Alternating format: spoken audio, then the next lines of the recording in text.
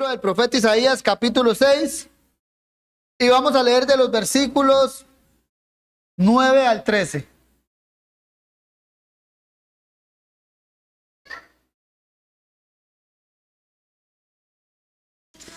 Isaías 6, versículos 9 al 13. Vamos a leer desde el versículo 8, se agarra mejor la idea. Isaías 6, desde el versículo 8 al 13. Dice así: Después oí la voz del Señor que decía: ¿A quién enviaré? ¿Y quién irá por nosotros? Entonces respondí yo: heme aquí, envíame a mí. Y dijo: anda y di a este pueblo: oíd bien y no entendáis. Ved por cierto, mas no comprendáis. Engruesa el corazón de este pueblo y agrava sus oídos y ciega sus ojos, para que no vean con sus ojos, ni oigan con sus oídos, ni su corazón entienda, ni se convierta y haya para él sanidad. Y yo dije: ¿hasta cuándo, Señor? Y respondió él: hasta que las ciudades estén asoladas sin morador y no haya hombre en las casas y la tierra esté hecha un desierto, hasta que Jehová haya echado lejos a los hombres y multiplicado los lugares abandonados en medio de la tierra. Y si quedare aún en ella la 10ª parte, ésta volverá a ser destruida. Pero como el roble y la encina, que al ser cortados aún queda el tronco, así será el tronco, la simiente santa. Seguimos, hermanos, entonces con la serie del profeta Isaías. Y aquí estamos en lo que es la segunda parte, lo que corresponde cómo el Señor llamó al profeta Isaías. La semana pasada, como recapitulando un poco, mis hermanos, lo que vimos fue que el profeta Isaías tuvo un encuentro con Dios, un encuentro muy particular. ¿Por qué? No fue un encuentro en el que Isaías vio a Dios y quedó como si nada, sino que lo podemos llamar, tuvo un encuentro transformador con el Señor. Isaías nos dice entonces, vio la gloria de Dios, vio cómo las faldas llenaban todo el templo, vio que habían unos seres llameantes. La idea es como, son sorprendentes, son como bolas de fuego que están alrededor de Dios moviéndose, y de esas mismas cosas llameantes, lo que salen son cantos de adoración al Señor, y lo que enfocaban era la santidad de Dios, que Dios es santo, santo, santo. Isaías se da cuenta que está en un momento sublime, en un momento glorioso, y lo que él hace es, por llamarlo así, cae postrado, por lo menos a sí mismo, y dice: yo no puedo estar aquí. ¿Por qué? Porque reconozco que soy pecador. Estaba en un lugar tan puro, la pureza de Dios era notoria, y el punto negro en ese lugar era el profeta Isaías. Digamos que estaba todo el esplendor blanco del cielo, los seres llameantes adorando a Dios, la santidad de Dios impregnando todo, y solo había un pequeño punto negro ahí, que era el profeta Isaías, que él mismo se vio y: me voy a morir, estoy contaminando este lugar. ¿Por qué? Porque él decía: yo soy un hombre inmundo de labios y habito en un pueblo que hablan igual a mí. Yo hablo mal, el pueblo habla mal, pero por lo menos ellos están lejos de Dios. Dice: yo estoy aquí cerca y me voy a morir. ¿Y qué pasa? Uno de esos seres llameantes entonces se acerca al altar, toma un carbón encendido y lo coloca en la boca del profeta Isaías y le dice: tu pecado ha sido perdonado. Ya le limpia, por llamarlo así, le limpia los labios, regenera el hablar del profeta Isaías. Y a lo que el profeta hace ahora es, sencillamente está dispuesto a hacer lo que el Dios Santo quiere. Isaías estaba lejos, pero ahora resulta estar cerca de Dios, al punto que escucha esa conversación intratrinitaria. Y Dios diciéndose: ¿a quién enviaré? ¿O quién irá por nosotros? Y el profeta Isaías nada más levanta la mano y dice: envíenme a mí. Y lo que acabamos de leer entonces del versículo 9 en adelante es a qué se envió al profeta Isaías. La semana pasada estuvimos viendo que el profeta Isaías se le otorgó un corazón dispuesto a servir al Señor. Y él dijo: Señor, envíame a mí. Pero él todavía no sabía a qué lo iban a enviar. Sencillamente: Señor, aquí estoy. Entonces el día de hoy vamos a ver cuál fue la indicación que Dios le dio al profeta Isaías con respecto a esa misión de ser enviado. ¿A qué Dios va a enviar al profeta Isaías? Y para esto vamos a dividir el texto que acabamos de leer en dos puntos básicos. Número 1, la misión del profeta Isaías, y número 2, la expectativa que debía tener Isaías respecto a su misión. Entonces procedamos, hermanos. Número 1, la misión del profeta Isaías, versículo 9. Terminando el 8, decía entonces: heme aquí, envíame a mí. Y el Señor le respondió y dijo: anda y di a este pueblo, oíd bien y no entendáis, ved por cierto, mas no comprendáis, engruesa el corazón de este pueblo y agrava sus oídos y ciega sus ojos, para que no vean con sus ojos, ni oiga con sus oídos, ni su corazón entienda, ni se convierta, y haya para él sanidad. Isaías, hijo de Amós, fue enviado por Dios entonces, como acabamos de leer, a una misión muy particular: ser el vocero de Dios. Es lo que se le dice aquí. Y dijo: anda y di.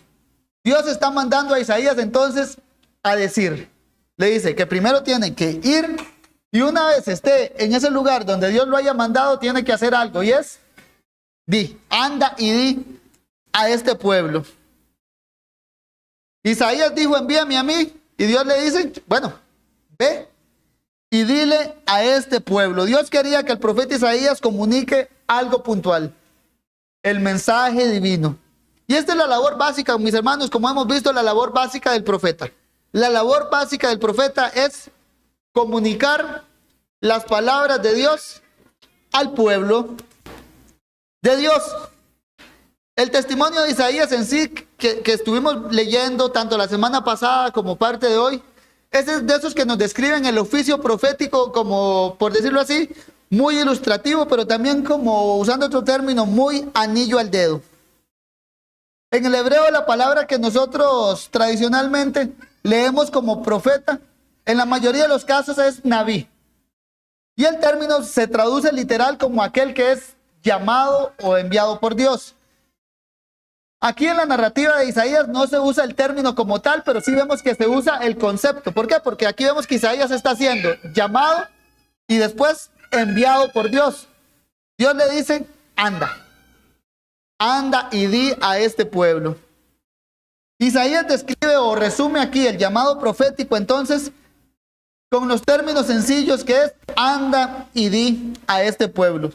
Los profetas como tales eran llamados videntes. ¿Por qué? Porque también tenían esas visiones en donde tenían que comunicar el mensaje sencillo del Señor.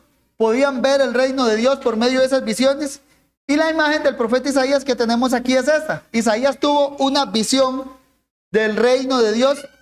Esa visión que solo se puede tener, como dice el Señor Jesucristo en Juan 3, naciendo del agua y del Espíritu. Pero Isaías tuvo esa visión. Y en esa visión se le comisionó, ¿para qué? Para que sea el mensajero divino. Al profeta Isaías entonces no se lo manda, por llamar así, hermano, a lanzar palabras al aire. Anda y di. ¿A dónde? A un punto muy particular. Anda y di a este pueblo.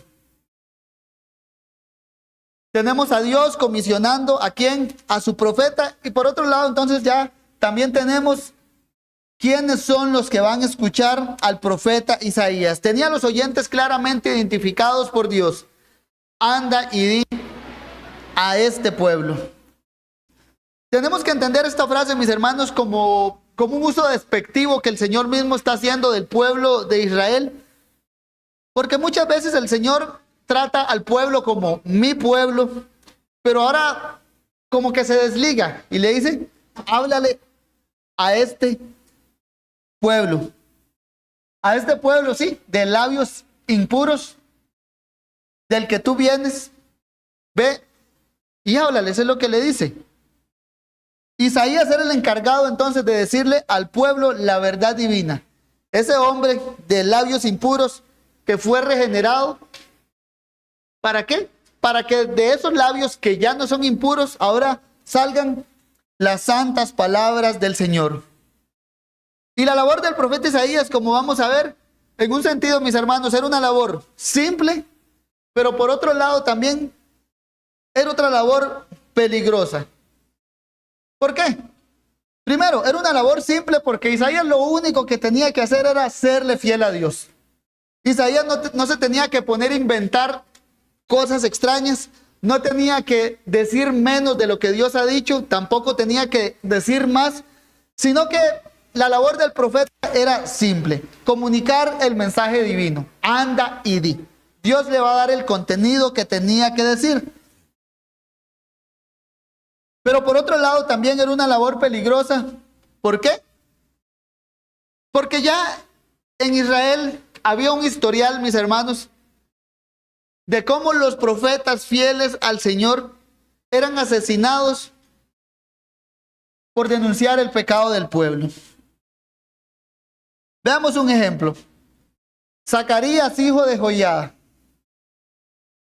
Segundo libro de Crónicas, capítulo 24, versículo 20. Dice así: entonces el Espíritu de Dios vino sobre Zacarías, hijo del sacerdote Joiada, y puesto en pie, donde estaba más alto que el pueblo, les dijo: así ha dicho Dios, ¿por qué quebrantáis los mandamientos de Jehová?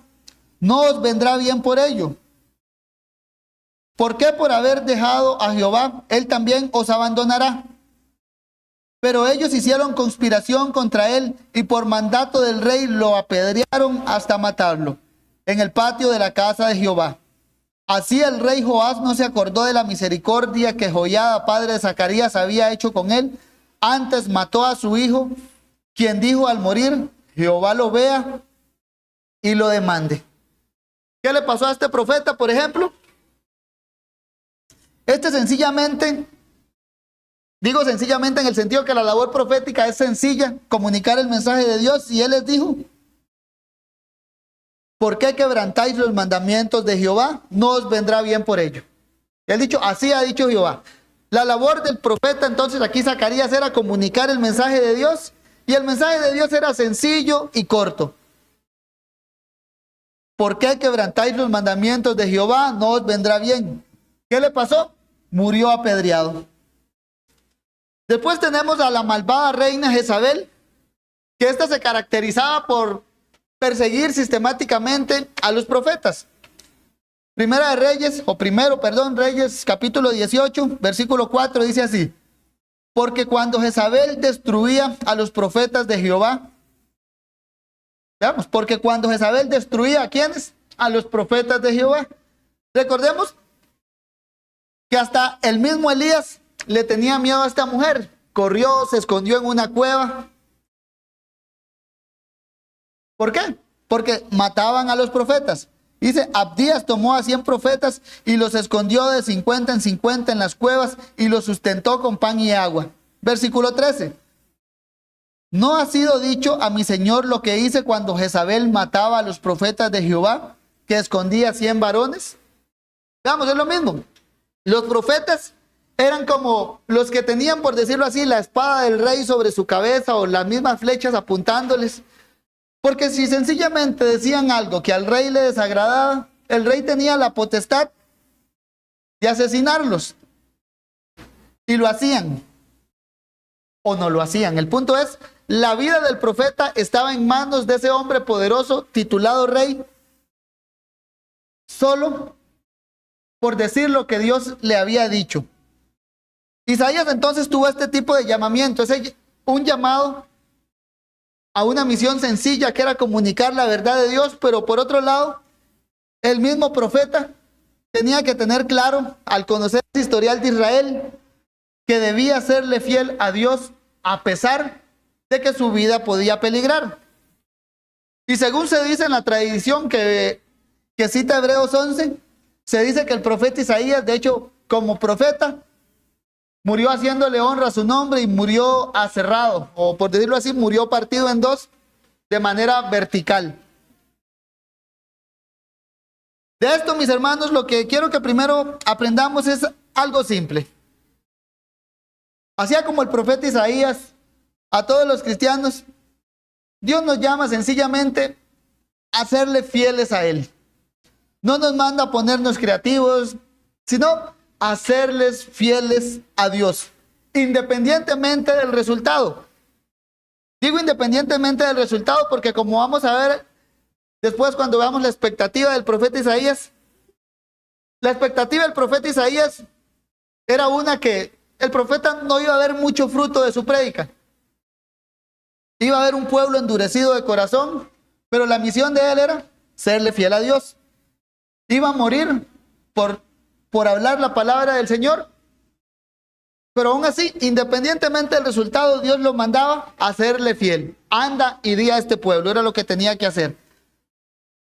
En eso se puede resumir la labor esencial, digo yo, uno de los ancianos de las iglesias, de esos que están, o de esos que tienen el oficio del obispado. ¿Por qué? Porque la labor de los ancianos es esta: transmitir el mensaje divino con fidelidad. Todo aquel que anhele el obispado, todo aquel que quiera ser maestro en la iglesia de Cristo, debe tener esto claro. Dios lo llama a ser valiente y ser fiel. Y cuando digo Dios lo llama a ser valiente, debe tener claro esto, y es: uno, va a haber oposición de los incrédulos. Dos, va a haber oposición dentro de su mismo pueblo, de aquellos que tienen el corazón santificado, pero hay pecado remanente en ellos, y por ende van a haber intentos de detener la verdad de Dios con injusticia, como dice Pablo. Y por eso, mis hermanos, todo aquel que quiera ser vocero de Dios, yo digo, debe tener esa valentía santificada, que la valentía santificada yo la resumo en: debe temer más a Dios antes que a los hombres. Y ahí va a estar esa valentía. ¿Por qué? No va a tener miedo a lo que el hombre puede hacerle. Yo digo, por un lado, quiera Dios que entre nosotros haya hermanos deseosos así del ministerio, deseosos de ser maestros de la iglesia, hombres de convicciones firmes, temerosos de Dios, no del hombre. ¿Para qué? Para que puedan transmitir el mensaje bíblico lo más fiel posible. Ahora, pero por otro lado, también debemos entender que esto no está solo relegado al ministerio o a los dones de enseñanza, sino que aplica para toda área de nuestra vida donde se nos demande fidelidad a Dios independientemente del resultado. Por ejemplo, padres, en el hogar debemos ser valientes y fieles a Dios. ¿En qué? En la disciplina y amonestación de nuestros hijos. Dios nos manda ¿a qué? A disciplinar y amonestar a nuestros hijos. Dios no nos manda, por ejemplo, a dele usted un nuevo corazón a su hijo, haga que su hijo se arrepienta de los pecados. No. Puede ser que la disciplina y la amonestación no traigan fruto de buen comportamiento, pero Dios a usted lo manda a eso. Anda y di. Vaya y dígale el evangelio a su hijo. ¿Cuántas veces? ¿O hasta cuándo? Preguntó Isaías. Ya, y hasta que esté bajo su potestad. ¿Le garantiza que su hijo va a ser salvo? No, eso solo lo hace el Señor. Lo que usted debe hacer es serle fiel al Señor en lo que a Él lo manda. Y para eso se requiere valentía. ¿Por qué? Va a estar la tentación de hacer las cosas según el resultado. Y muchas veces el resultado va a ser algo desagradable a los ojos que uno no espera. Uno espera buen comportamiento. Debemos ser fieles en transmitir el mensaje del evangelio a los que viven con nosotros. Dios nos manda, por ejemplo, también a ser receptivos. Los reyes de Israel, por ejemplo, no eran receptivos. Si el mensaje de Isaías era ande y di, el mensaje para Israel era: escuchen, presten oído, porque así ha dicho Jehová. Esa era la frase del profeta Isaías.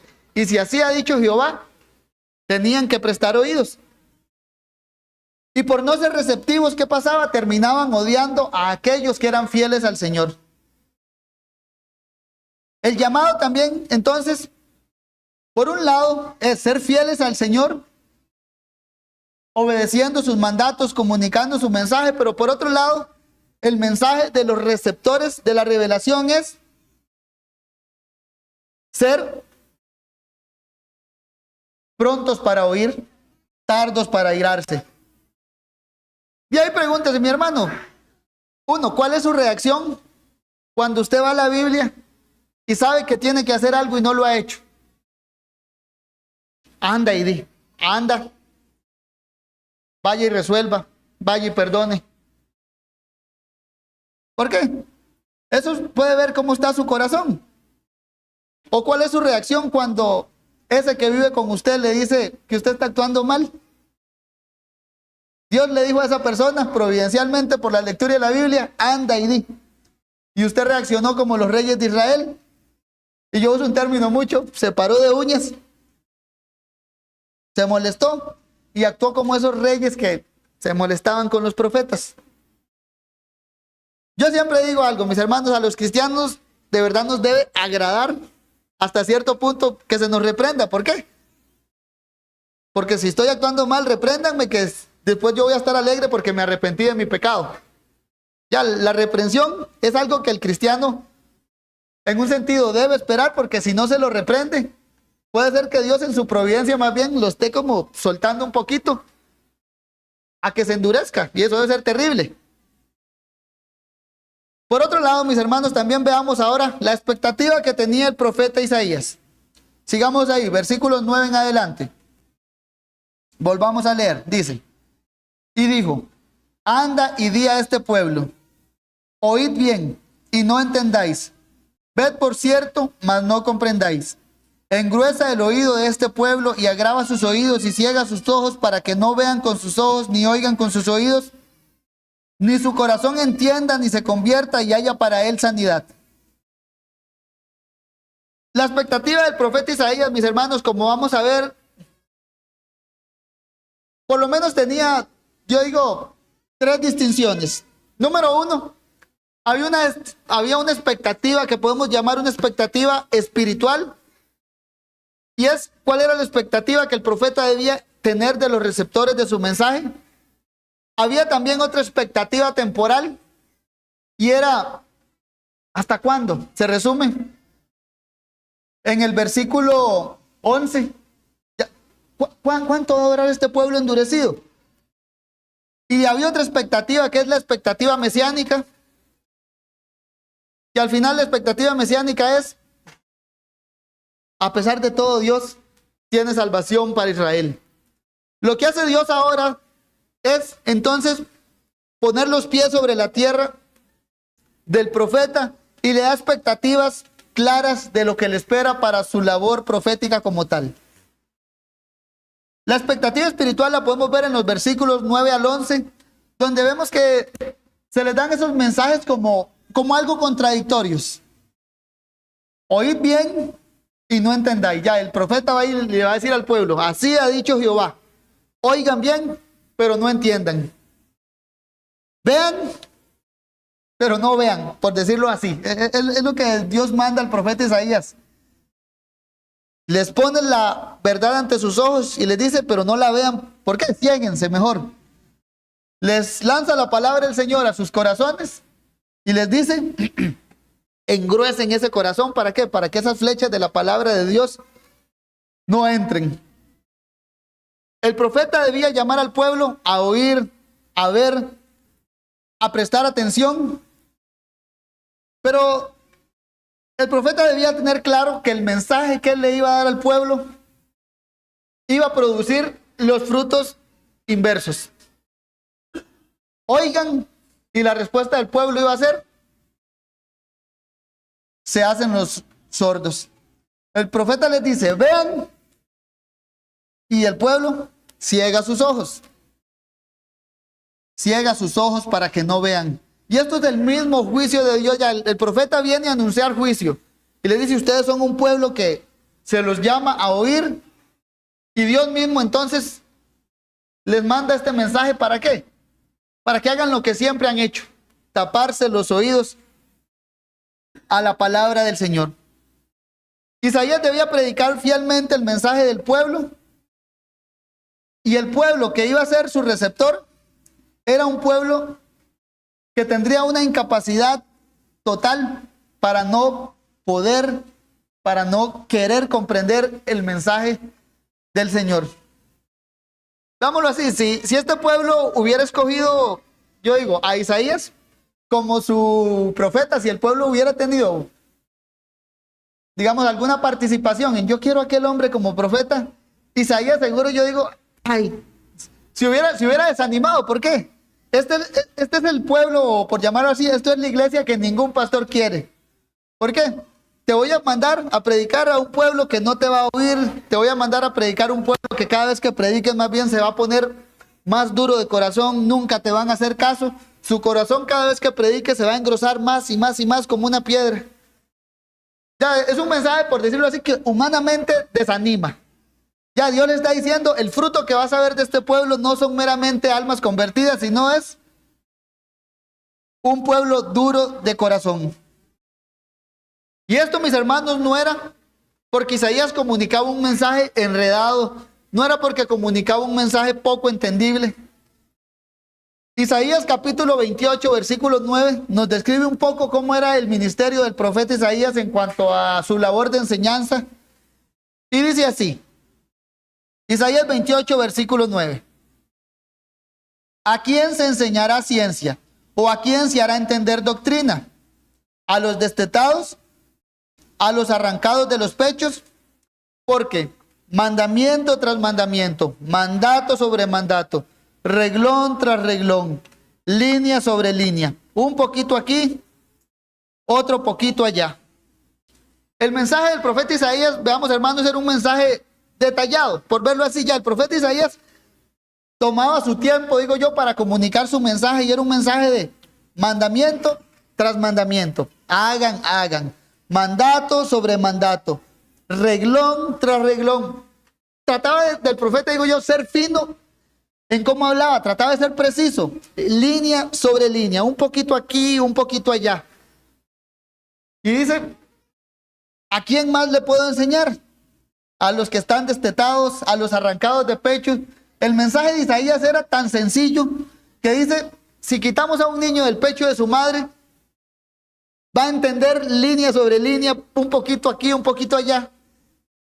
Ya dice, hasta los niños pudieran entender este mensaje, pero este pueblo está tan endurecido, no entienden mandato tras mandato, no entienden reglón tras reglón, no entienden línea sobre línea. El mensaje de Isaías era claro y detallado, pero ¿qué pasaba? El pueblo se endurecía ante la claridad del mensaje. Un caso muy similar, mis hermanos, es lo que le pasaba a Faraón con Moisés. Iba Moisés y le daba un mensaje clarísimo a Faraón.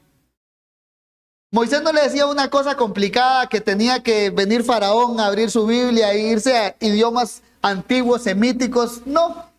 Moisés venía y le decía, deja ir a mi pueblo. ¿Y qué pasaba con Faraón? Amén, Dios, lo voy a dejar ir, ¿no? Se endurecía. ¿Ya? Eso es lo que produce la palabra del Señor en el corazón incrédulo. Detiene con injusticia la verdad de Dios, ¿y qué hace? Tapa sus oídos para no oír, ciega sus ojos espirituales para no ver, o como dice Isaías, engruesa su corazón. ¿Para qué? Para que la palabra del Señor no penetre. Faraón se endurecía ante el mensaje divino. Isaías fue llamado a este ministerio tal cual, mis hermanos, a uno que desanimaría a muchos de nosotros. Ve y predica a un pueblo que nunca te va a oír, por exagerar un poco. Nosotros los que enseñamos, mis hermanos, ciertamente nos enfrentamos muchas veces contra el desánimo. ¿Por qué? Porque uno viene, predica, aconseja, y uno ve que, mira, no se está atendiendo el mensaje, no se está siguiendo el consejo que di. Y cuando uno ve esto del profeta Isaías, lo que uno dice es, mira, yo no he pasado por eso. El Señor Jesucristo pasó por algo así también. Predicaba al pueblo judío. Y el pueblo, sánate a ti mismo. Con esto, mis hermanos, creo que uno puede cobrar ánimo de verdad de que, y entender, reiterando que lo que Dios nos llama principalmente es a ser fieles a lo que Él nos manda. El Señor Jesucristo pasó por esto mismo. Juan 12, versículo 39 dice, por esto no podían creer, porque también dijo Isaías, cegó los ojos de ellos y endureció su corazón, para que no vean con los ojos y entiendan con el corazón y se conviertan y yo los sane. Isaías dijo esto cuando vio su gloria y habló acerca de él. Con todo eso, aún de los gobernantes muchos creyeron en él, pero a causa de los fariseos no lo confesaban para no ser expulsados de la sinagoga, porque amaban más la gloria de los hombres que la gloria de Dios. La audiencia no reaccionaba al profeta, la audiencia no reaccionaba al Señor Jesucristo, y los pocos que reaccionaban, calladitos. ¿Por qué? Por amar más la gloria de los hombres que la gloria de Dios. Y ahí el punto, mis hermanos, a lo que quiero llegar es, si usted o yo, ¿qué es lo que más amamos? Si amamos la gloria de Dios, sencillamente nos debemos enfocar en, como el profeta, en aquí estoy, Dios, para lo que me mandes. Pero cuando hay ahí gloria de hombre, querer fama, querer cierto prestigio, querer cierto renombre, incluso yo mismo me mantengo ahí. Ya cuando hay esa gloria humana, ¿qué pasa? No, Señor. Amar más la gloria de los hombres produce dureza de corazón para no recibir la palabra de Dios como es.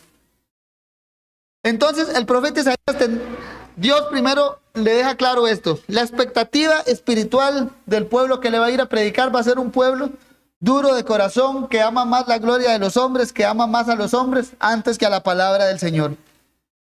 Y ante esa labor difícil, dijo el profeta, heme aquí. Me recuerda la historia de cuando Juan Wesley se mudó a un pueblo en Inglaterra. Y llega a un pueblo de esos pueblos que se decían eran esos pueblos terribles. Del licor, de prostitución. Y era ese pueblo que nadie quería ir a predicar porque no iban a ser bien recibidos. Se dice que Juan Wesley iba a ese pueblo más bien, aquí voy a predicar porque hay muchos pecadores y el evangelio es buenas noticias para pecadores.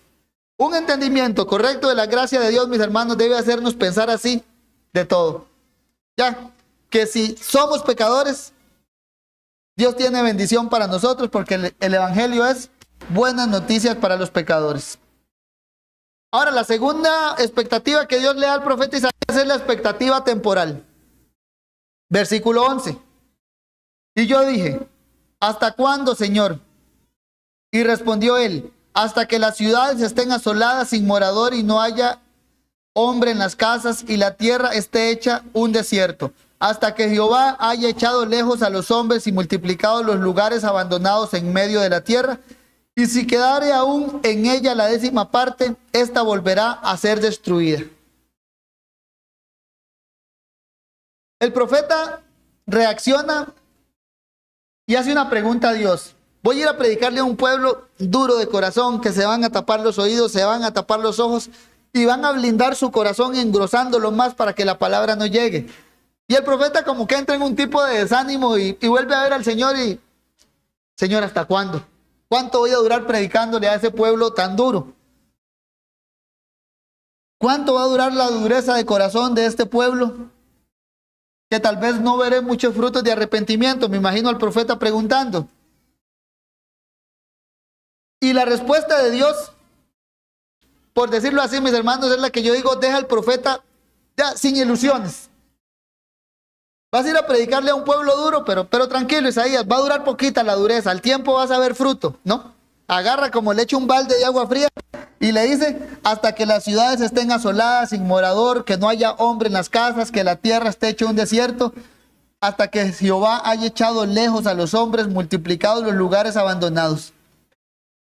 Dios ahí, digamos, igual lo ubica, le pone los pies sobre la tierra, que Isaías no piense que va a llenar estadios en Israel, que no piense que va a estar un sábado ahí, un día de reposo y a ver cuántos levantan la mano para aceptar al Señor. Que Isaías no piense eso porque no va a pasar, no. Le dice, hasta que las ciudades estén asoladas. Es decir, Isaías, tú vas a venir a predicarle a este pueblo, se va a tapar los oídos, el juicio de Dios va a venir, van a invadirlo, tú le vas a volver a predicar a este pueblo y el pueblo va a seguir en su dureza.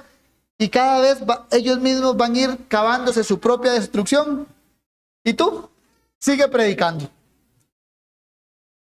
El pueblo estará tan endurecido que su vida irá empeorando. La dureza de su corazón se va a reflejar en ciudades desoladas, en la tierra hecha un desierto. Isaías traía un mensaje, que este mismo mensaje era el juicio de Dios. Oigan, pero no vean. Pero no escuchen, perdón. La misión del profeta era sencilla: seguir y seguir y seguir siéndole fiel a Dios, aun cuando lo doloroso pasara al frente de sus ojos. Ciudades desoladas, posiblemente las ciudades donde él mismo antes se divertía, donde él creció, donde él mismo pecaba cuando andaba con sus labios inmundos en medio de un pueblo inmundo. Pero ahora él predica. Yo creo que la misión del profeta Isaías era como la que le dice Pablo a Timoteo: te encarezco delante de Dios, ¿a qué? A que prediques a tiempo y afuera de tiempo. Era lo que tenía que hacer el profeta. A pesar de que la ciudad esté asolada, a pesar de que no haya morador ahí, a que sea el mínimo morador, ve, anda y di a este pueblo. La misión del profeta entonces era, sencillamente, mis hermanos, reiterémoslo, serle fiel a Dios. Y era un escenario tan triste que aún los sobrevivientes del juicio, aún esos que vieron a la Jerusalén en su gloria y vieron cómo les quedó ahora, le dice, versículo 13, y si quedare aún en ella la 10ª parte, esta volverá a ser destruida. ¿Y por qué? Porque esa 10ª parte que está ahí, anda y di a este pueblo, se tapan los oídos, se tapan los ojos y engruesan su corazón para resistir la palabra del Señor. Y por último, Dios sí le da al profeta entonces lo que yo llamo la expectativa mesiánica, la segunda parte del versículo 13. Dice, pero como el roble y la encina que al ser cortados aún queda el tronco, así el tronco será, así será el tronco, la simiente santa. Como también creo que, hermanos, ya lo debemos ir notando, el profeta Isaías, siempre digo yo, como que en las narrativas o en las visiones que se nos presentan, siempre viene juicio, viene un juicio progresivo, agresivo, feroz. Y como cuando ya todo el pueblo está ahí al borde del precipicio, como que en la colita siempre sale la esperanza.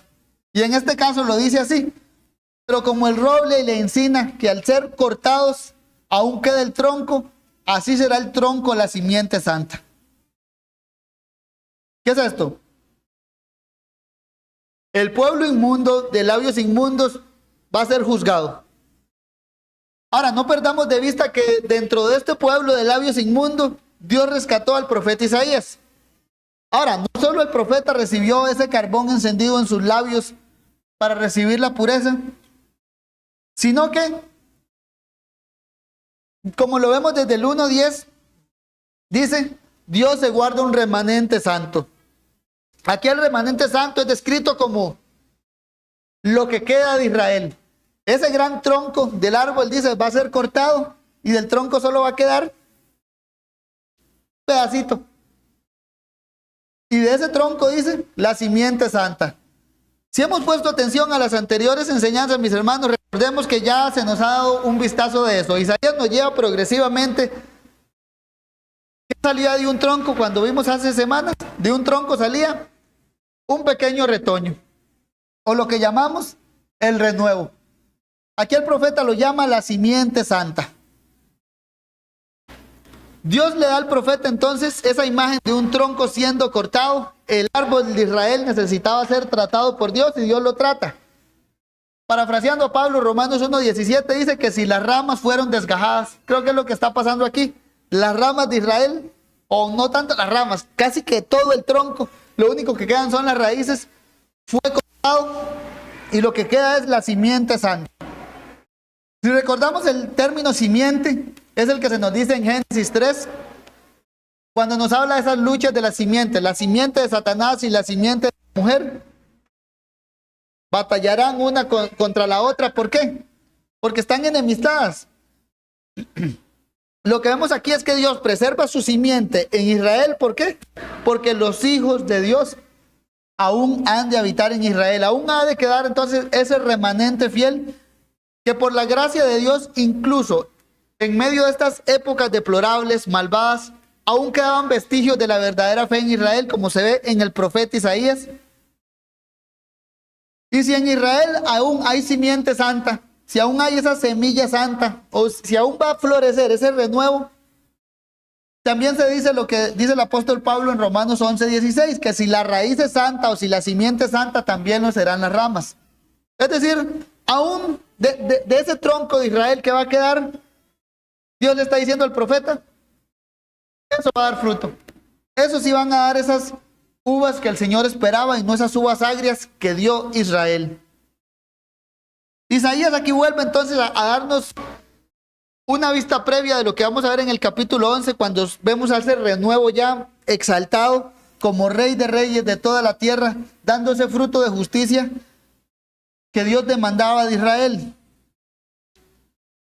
Y a lo que quiero que lleguemos con esto es que a pesar de toda la maldad que se ve en Israel, lo que siempre debe sobresalir más no es la maldad de Israel, sino la gran bondad de Dios. Porque al final es, Dios saca bondad de los lugares menos imaginados por nosotros. De esos lugares que uno los ve que son de pura maldad, Dios saca bondad y se atreve a decirles que ahí está la simiente santa.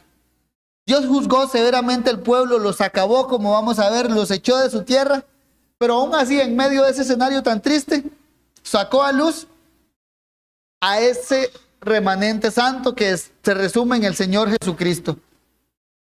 El pecado será juzgado, Dios va a juzgar mi pecado, Dios va a juzgar el suyo, pero aún así Dios va a sacar bondad. ¿De quién? De pecadores como nosotros. Pero así, mis hermanos, si Dios está trabajando en usted, usted no es un caso perdido. Dios saca bondad de donde hay maldad. A pesar de que usted a sí mismo se vea que ya no puedo. Dios saca bondad. E incluso por otro lado, esto también es un motivo ¿para qué? Para compartir el evangelio. ¿Por qué? Piensen, mis hermanos, la persona más despreciable que usted conozca en vida. De esa que usted lo ve y usted dice, ay, ni se merece el perdón de Dios. Todos conocemos a alguien así. Bueno, usted tampoco se merecía el perdón de Dios y Dios puede sacar bondad de esa persona tan despreciable que usted va a terminar amándola. ¿Por qué? Dios saca bondad de donde hay maldad. La gracia de Dios hace cosas maravillosas y trabaja en nosotros de maneras sorprendentes, hermanos. Primero, nos ubica en lo que debemos esperar del mundo. Por ejemplo, a Isaías lo ubicó. ¿Qué debe esperar? No debe esperar nada. Usted lo que tiene que hacer es serle fiel a Dios sin esperar nada a cambio. ¿Cómo debemos ser nosotros? Asimismo con las personas que nos pone Dios. Exactamente igual. Sea fiel a Dios en sus tratos con todas las personas sin esperar nada a cambio. Tanto que yo ayudo a esa persona y me trató mal, no espere nada bueno a cambio. Y listo, si usted no espera nada bueno a cambio, no le va a ofender que lo traten mal, no le va a ofender que no le den las gracias. ¿Por qué? Porque la gracia de Dios nos ubica. Si lo que naturalmente merecemos es la ira de Dios, cuando nos tratan mal, lo que nos está pasando es lo que merecemos. Cuando nos tratan bien es, mira, es Dios. Entonces, mis hermanos, ayudémonos con esto a uno, tener los pies ubicados sobre la tierra y seamos fieles a Dios a pesar de todo lo que veamos. Siempre digo, en los tratos con las personas, con nuestro trabajo, la Biblia dice que vuestra amabilidad sea conocida delante de ¿quién? De todos.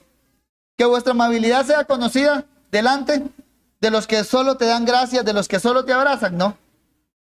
Bueno, esa persona difícil de tratar, que no te corresponde sus buenos tratos, bueno, ¿cómo le va a ser usted fiel a Dios? Haciendo valer sus derechos para que esa persona vea que me está haciendo mal, ¿no? Que vuestra amabilidad sea conocida por esa persona. Eso para dar un ejemplo, mis hermanos, pero traigámoslo a nuestras vidas. ¿Nos cuesta amar a personas? Bueno, Dios nos manda, ámela. No espere nada a cambio, nada más, ame. El Señor lo hizo así. Así que no hay excusa. Siempre veamos qué oportunidades nos va a dar el Señor para que encarnemos esa fe que nosotros profesamos.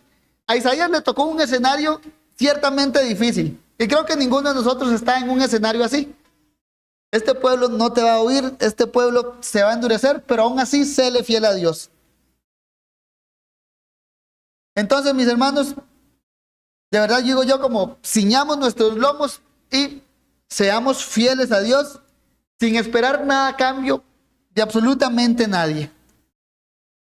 Debemos ser valientes en crecer en el temor del Señor, no esperar nada de los hombres y encarnar esas verdades cristianas hasta donde las fuerzas que el Espíritu nos está dando en nosotros. ¿Nos cuesta amar? Bueno, hagamos todo lo posible para amar a personas. ¿Nos cuesta tolerar personas? Tolérense los unos a los otros, sopórtense los unos a los otros. ¿Nos cuesta ser desprendidos con las cosas? Bueno, hay un mandamiento que es, o un don, el que da con liberalidad. Demos, es mejor dar que recibir. Ya todos tenemos esas oportunidades de ser fiel a Dios a pesar. ¿Por qué? Porque también muchas veces, por ejemplo, con el dar, se nos dice, den y Dios te va a devolver más de lo que das, pero tal vez no sea así. Tal vez usted da y sencillamente es una pérdida, por lo menos monetaria, o usted perdió de lo que tenía y no se recupera, pero está obedeciendo a Dios. Ahí está acumulando tesoros en los cielos, a pesar de que en esta vida tuvo un negativo, pero está obedeciendo a Dios. Y se espera que lo vuelva a hacer. ¿Por qué? Porque es bueno hacerlo, porque debe obedecer a Dios. Y a pesar de que tal vez no le den las gracias, a pesar de que tal vez esa persona ni cuenta se dio de que le costó tanto a usted ayudarlo, pero es bueno hacerlo. Y por otro lado, mis hermanos, también quiero que entendamos que nosotros estamos en una posición muy privilegiada. ¿Por qué? Porque tenemos toda la revelación completa. Y se puede decir que eso que leímos antes, de mandato tras mandato, mandamiento tras mandamiento, reglón tras reglón, línea sobre línea, poquito aquí, poquito allá, se puede resumir en cómo es nuestra vida semanalmente. Número uno, con nuestra iglesia. ¿Por qué? Porque constantemente aquí vamos a estar domingo a domingo, domingo tras domingo. ¿Para qué? Mandato tras mandato, reglón tras reglón, línea sobre línea, poquito aquí, poquito allá. Y posiblemente usted en su casa abre su Biblia y está en las mismas. Poquito aquí, poquito allá, Biblia aquí, Biblia allá, pero estamos impregnados de la revelación de Dios. Y aquí hay algo que a mí me sorprende, viéndome a mí mismo, y es, hermanos, a veces, ¿cómo es posible que uno esté tan expuesto a la revelación de Dios? Porque Dios nos habla y nos habla, y uno dice, ay, pero sigo como si nada. Y a veces yo digo, mira, no es posible que eso sea así, pero cuando uno lo ve, sí es posible. Lo estoy viviendo. Se está dando en nosotros mismos, mis hermanos. Y a veces uno ni se asusta, uno ni se alerta. ¿De qué? Domingo tras domingo, mandato tras mandato. Y no vaya a ser que el juicio de Dios nos sorprenda por eso. Por eso, mis hermanos, ¿qué haremos? Preguntémonos. Debemos ser valientes, debemos crecer en el temor del Señor. Debemos encarnar esas verdades cristianas en nuestras vidas. ¿Y es cómo lo hacemos? Bueno, le va a tocar a usted discernir cómo aplica las verdades cristianas a cada área de su vida. Si usted es cobarde y domingo a domingo se le exhorta a ser valiente, bueno, no debe seguir así, mis hermanos. ¿Por qué? Porque ya sea, puede ser que usted se esté tapando los oídos, tapándose los ojos, o usando un lenguaje tico, haciéndose el loco para no lidiar con ese pecado. Si usted es cobarde, Dios lo manda a que sea valiente, y Dios le ha dado el Espíritu Santo. ¿Para qué? Para que se llene de temor de Dios. Si usted es iracundo, bueno, encarne ese cristianismo y siendo causa de alegría y no de ira para otros. Si usted solo ama a los que le corresponden, ame como Cristo y ame a los que nunca lo aman. Si usted es perezoso, bueno, encarne que el Espíritu Santo habita en usted y que Cristo vive en usted y sea activo como Cristo. Se queja de que todo le sale mal. Bueno, vaya a su Biblia y lea la doctrina de la providencia. Al final todo lo que le sale mal es porque Dios así lo está queriendo. Y diga, amén, Señor, aquí estoy. Ya de verdad, hay cosas que uno dice, mis hermanos, se nos da y se nos da tanta enseñanza. Y recordemos, al que mucho se le da, mucho se le va a demandar. Procuremos hacer cambios en nuestras vidas en dependencia del Espíritu Santo. Y creo que es hora de pongámosle un basta ya al estar cómodos como siempre estamos. De verdad, ser cristianos, mis hermanos, es estar incómodo. Y principalmente con el ser más incómodo que yo debo estar es conmigo mismo. Si yo estoy más incómodo con cualquier otra persona, estoy mal. Ya, eso es número uno. Usted piensa en la persona que más le incomoda en este mundo. Y si no es usted, ahí hay un grave problema en usted y tiene que arrepentirse de sus pecados. El cristianismo no es una religión de comodidad, sino es una religión de incomodidad conmigo mismo para poder ser como Cristo, porque yo soy mi peor enemigo. Oremos, hermanos. Bendito Dios, gracias te damos, Señor, por lo que acabamos de ser enseñados. Te rogamos que nos guardes nuestros corazones, que nos ayudes a tener expectativas claras con nosotros mismos y con el mundo, y principalmente la expectativa clara, Señor, de quién eres tú, y que de tu gracia, Señor, tomamos bendiciones y bienaventuranzas para nuestra vida. Bendícenos, Señor, trabaja en nosotros para que crezcamos en arrepentimiento y en fe. Guárdanos de vivir en comodidad, Señor, con nosotros mismos, y no ayúdanos, Señor, a estar incómodos con nuestro pecado, a estar incómodos con en cómo somos. Y trae arrepentimiento y fe a nuestras vidas, Señor, para cada día ser más como el Señor Jesucristo. Bendícenos, Señor, te lo suplicamos. Amén.